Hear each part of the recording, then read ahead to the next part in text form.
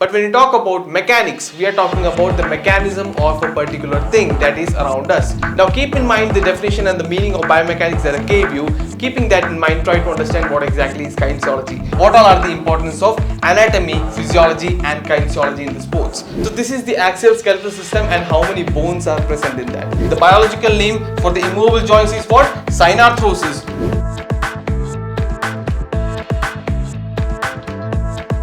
Hello all, my name is Rohit. I take physical education on behalf of Prep School by Vidyashram. In today's class, we will cover the first session of fundamentals of anatomy, physiology and kinesiology in sports. So what all things we will be covering in this chapter, let's have a quick look at it. So in this chapter, in the first session of this chapter, we will be studying about meaning and definition of kinesiology. What does it mean and what is the definition of that? After that, we will study about importance of study of anatomy, physiology and kinesiology in physical education. And after that, we will study about human skeletal system. So this will be our first session. And after that, in the second session, we will study about properties of muscles, functions of muscles, structure of respiratory system, structure and functions of circulatory system. So without further delay, let's start off with our first topic in the first session of this chapter, that is meaning and definition of kinesiology. Now before we get into the meaning of kinesiology, it's important to know what exactly is biomechanics, because the whole chapter revolves around that. So biomechanics itself, if you could split the word into two parts, you will get two words. You have bio and you have mechanics. Bio is the study of the biological part of a human being or any kind of organism that is there in the planet. But when you talk about mechanics, we are talking about the mechanism of a particular thing that is around us. So when you talk about biomechanics, biomechanics means simply the mechanics of a organic being. Okay, what is biomechanics? Biomechanics is basically the mechanic of a biological creature or a biological organism. So hope you understood the meaning of biomechanics. Having said that, let's jump into the kinesiology. Now before getting into the kinesiology, one more thing, why we are studying about biomechanics in respective to the physical education. Now you need to know that in the sports, whenever we play, biomechanics is involved there. Our motor movements are involved there. And to understand the science behind it and to understand the science behind the movements and different kind of skills that we produce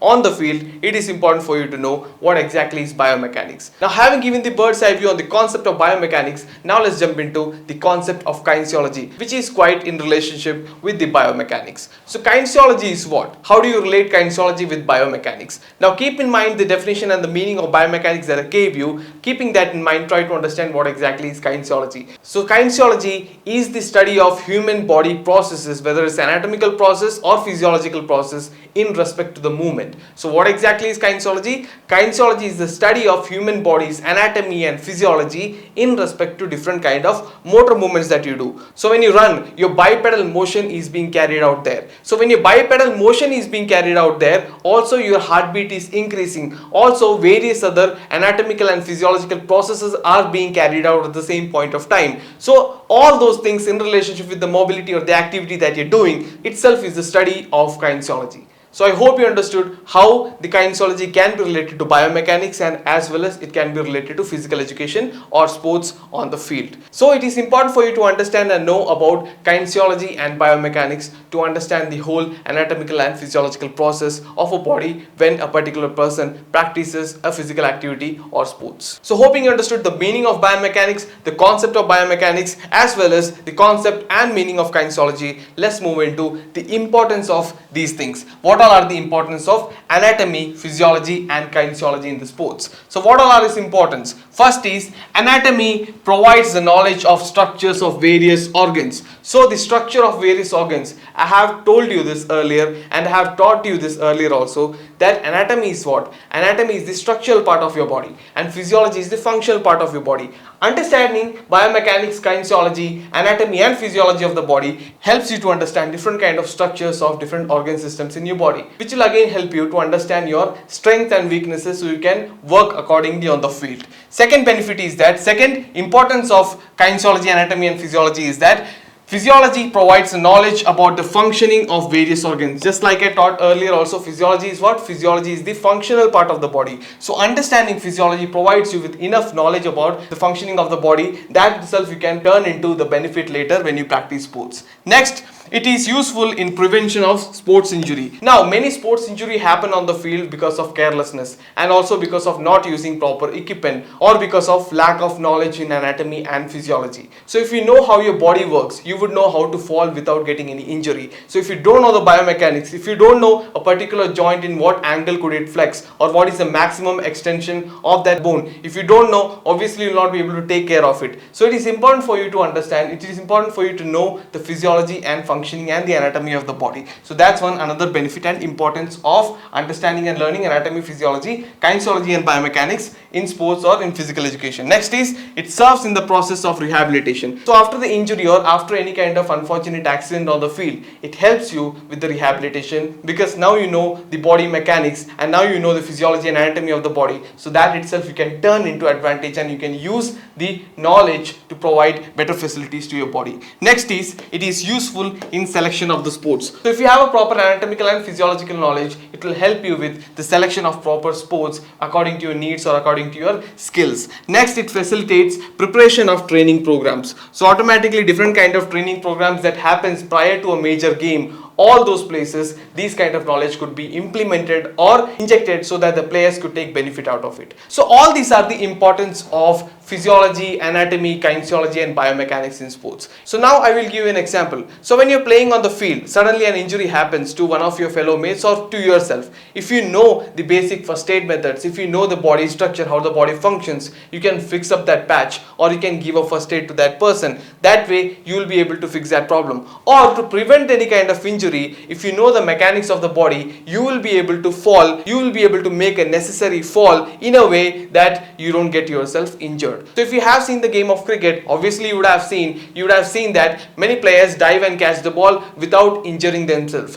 But on the TV when you see, it looks very dangerous. It looks very fancy and dangerous at the same point of time. So somebody who tries to replicate without the proper guidance, they may end up hurting themselves. So that's one of the example of why you should know anatomy and physiology. So if you don't know the anatomy and physiology of the body, you will not be able to understand your body. And if you are not able to understand your body, you will not be able to make full use of your body. Okay, so that is important. It is important for you to have the knowledge of anatomy, physiology, kinesiology and biomechanics in sports. Now having said that, let's move on to our next topic, that is different kind of bones in the skeletal system. So when you talk about skeletal system, what exactly is skeletal system? Skeletal system is all your bone structure system in your body, the set of bones that you have in your body. So now let's dive into those classifications and see what all bones are there in each of these skeletal system. Starting off with the first one, you have axial skeletal system. In that you have first category, that is skull. In your skull skeletal system, you have total 28 bones in that. And then you have sternum, there you have one bone. After that you have ribs, that is your rib cage, there you have 24 bones. And then you have hyoid bone, there you have one. And then you have vertebral column, that is 26 for adults and 33 for children. Okay, now you may say that adults are grown up, they are supposed to have more, why children is having more? Because when a child is born, at that period of time the child will have 33 vertebral column bones. As he grows up, many of the bones get merged up and becomes one singular bone. That's how the 33 becomes 26 later when that person becomes an adult. So that's the whole concept of that. So these were the bones under axial skeletal system. Now you might have studied this skeletal system in deep in your bio class, and this here also will help us as a revision for that. So many of you guys already might know this, but still going through it once again. Axial skeleton has 5 different categories in that. That is skull, which has 28 bones. Then you have sternum, that has 1 bone. Then you have rib cage, that is 24. Then you have hyoid bone, that is 1. And vertebral column in adults there is 26, and for child or in children you have total 33 in number. Okay, which again gets converted to 26 as the child grows older. So this is the axial skeletal system and how many bones are present in that. Next Next you have is appendicular skeleton. When you talk about appendicular skeleton, you have two different categories in that is upper limbs and lower limbs. Now our upper limbs and lower limbs, that falls under the appendicular skeleton. And in appendicular skeleton, when you talk about upper limbs, it has total 64 bones, and in lower limbs we have total 62 bones. Okay, so this was the classification of your skeletal system. Once again, your skeletal system is divided into how many parts? You have two different categories. You have axial skeletal system and you have appendicular skeletal system. Going back once more, the axial skeletal system has skull, sternum, ribs, hyoid bone and vertebral. Skull has 28 bones, sternum has 1, ribs has 24, hyoid bone has 1, and then vertebral column has total 26 for adults and 33 for children. Okay, and in the appendicular, what all you have? In the appendicular you have upper limbs and lower limbs. Upper limbs has total 64 bones in it and lower limbs has total 62 bones in it. Now you need to remember and study the total numbering of these bones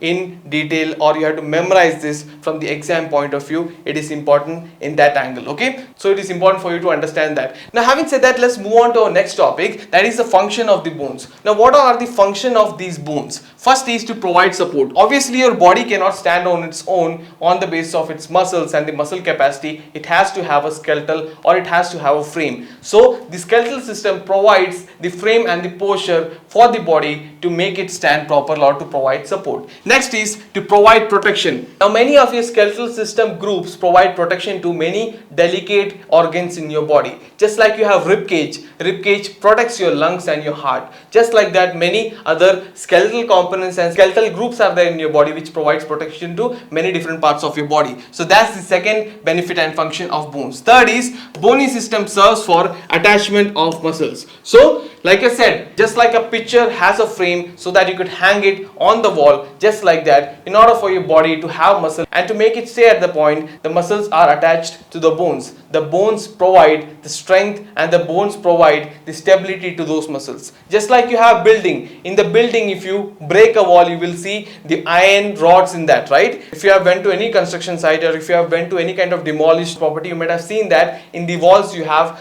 iron rods. Why they put that? Because that provides stability to the whole building. Just like that, even to our body, even to our body muscles. Consider our body muscles like a wall. Inside that we have bones in form of rods. Okay, so that provides stability and support to the body. Next is bony system gives shape to the body. Obviously everybody has a different body structure. Though the basic structure of the skeletal system will be same in every human being, still there will be slight few deviations if you compare everybody depending on the genetics. So that also is given by your bony system. Okay, so your bony system and the bony structure provides overall structure or the overall outlook to your muscles or the shape to the body. That is one another function of bone. Next is act as livers. Okay, it acts as livers. Now we are not talking about the body part liver. We are not talking about the physiological part of human being. We are talking about the physics. So what is livers? Livers and pulleys, the chapter you might have studied in physics, right? So that those livers we are talking about. So bones also works as livers also in our body. Next is passive instruments of locomotion. Now for locomotion also it helps. When you walk, when you run, when you do any kind of movement, when you move from one place to another place with a bipedal motion, there your lower limbs are involved. There your appendicular skeletal system is involved. So that also it helps with. So that is one another function of your skeletal system. So I hope you understood the meaning of skeletal system, the classification of that, how it is divided, what all bones comes under that, and finally you studied about the function of bones or the skeletal system. Having said that, let's move on to our next topic, that is classifications of bones. Now how do we classify bones? Now don't get this confused with your classification of skeletal system. That is different. That is the whole skeletal system. Here we are talking about the classification of bones. Now bones are basically divided into 5 different categories. You have long bones, you have short bones, you have flat bones and irregular bones and sesamoid bones. Now this is not tough to understand. All of the names are given logically based on the function and the look of that. So the external look, the anatomical look, the anatomical based on the anatomical function or the anatomical part or relevance of the bones, the namings are given. Long bones are simply called as long bones because they are long, just like the appendicular bones, appendicular skeletal system. So all your limbs, the bone that you have on your wrist or on your leg, those are long bones. Then you have short bones. Short bones are basically present in the internal part of the body, where you have vertebral columns, where you have different kind of other parts where the small bones are involved. Next you have flat bones. Flat bones particularly you could find in the skull. Your skull has a flat bone. So flat bone is the third category in the classification of bones. Next you have irregular bones. Now irregular bones are called as irregular bones because the structure of the bones are not symmetric, and these bones are not cylindrical in shape. These bones are not square or triangle or any symmetric, they are not in any kind of symmetric form. They are irregular in shape. That's why it is called as irregular bones. Then you have sesamoid bones. Sesamoid bones, the name sesamoid, it is taken from a Greek word called as sesame, where it means seeds. So sesamoid bones are basically present. And when you talk about sesamoid bones are present in your knee, and one of the example is patella. Okay, so that is the example for sesamoid bones. So all these classification of bones are basically, like I said, like you would have understood by now, it is given based on the structural part or the structural look of that bone. Once again, long bones means they are long, short bones means they are basically short, flat bones, the surface of that is flat. Next, irregular bones, they don't have a symmetric shape. That's why it is called as irregular bones, because they are irregular in shape. Next you have sesamoid bones, like again said, it is derived from Greek and it is present in your knee, concluding the different classification of bones. So I hope you understood the different classification of bones. Having said that, let's move on to our next topic, that is classification of joints. Now we studied about bones, we studied about skeletal system. Now we need to understand what all different kind of joints are there. When you talk about joints, joints are basically divided into three different categories. You have immovable joints, then you have slightly movable joints, and then you have freely movable joints. Now these categories are also derived or given based on its activity, based on the motor ability of each of these joints. Now certain joints cannot extend longer than a particular angle. Okay, certain joints will not allow your limb to extend to a certain extent because of the angular movement limitation to that. That will be an example for a slightly immovable joints. Now before jumping into all those things, so let's start off with the first one itself. We have immovable joints or synarthrosis joints, which is those joints which you cannot move. For example, the joints in your vertebrae, yes, there will be a partial movement in that. Obviously that will be more on a slightly movable joints, but if you particularly want to know about immovable joints, you can take skull for an example. The bone that is present in your skull is not moving, so that is an immovable joint and the example for that. Okay, so next you have slightly movable joints. Slightly movable joints are those joints which you can slightly move. For example, your vertebrae, I discussed earlier also, vertebrae, when you bend down, automatically a little bit of curvature will be there in your vertebral bone, so that will be a slightly movable joint, or it is also called as ampharthrosis joints. Okay, there are two categories, two other biological names that we studied when it comes to joints. First we have immovable joints, that is synarthrosis joint, and then you have slightly movable joints, which is also called as ampharthrosis joints. Okay, what is it? Synarthrosis joints and ampharthrosis joint. Then the third one we have is called as freely movable joints, also known as diarthrosis joint. Okay, these joints are freely movable joints, just like our shoulder hand, right? We can move our hand the way we want, we can turn it, we can flex it, we can do like that. So all those kind of movements is possible because it is a freely movable joint. So certain joint in your body will not allow you to move, certain other joint will be slightly movable, and then there will be other joints which will be freely movable. Based on the mobility of that, based on the characteristics of the movement ability of the particular bone, these names and categories were given or are given. What are those? We have immovable joints, we have slightly movable joints, and then we have freely movable joints. The biological name for the immovable joints is what? Synarthrosis. For the slightly movable joint, what is it? Ampharthrosis. And then you have the third, that is diarthrosis, that is for freely movable joints. So I hope you understood properly exactly what is the classification of different kind of joints. Now having said that, I'll wind up this session over here. I have already given you a brief glimpse of what all things we'll be covering in the second session of the chapter. So I'll see you in that particular session. Until then, this is me Rohit signing out. Until next time, goodbye.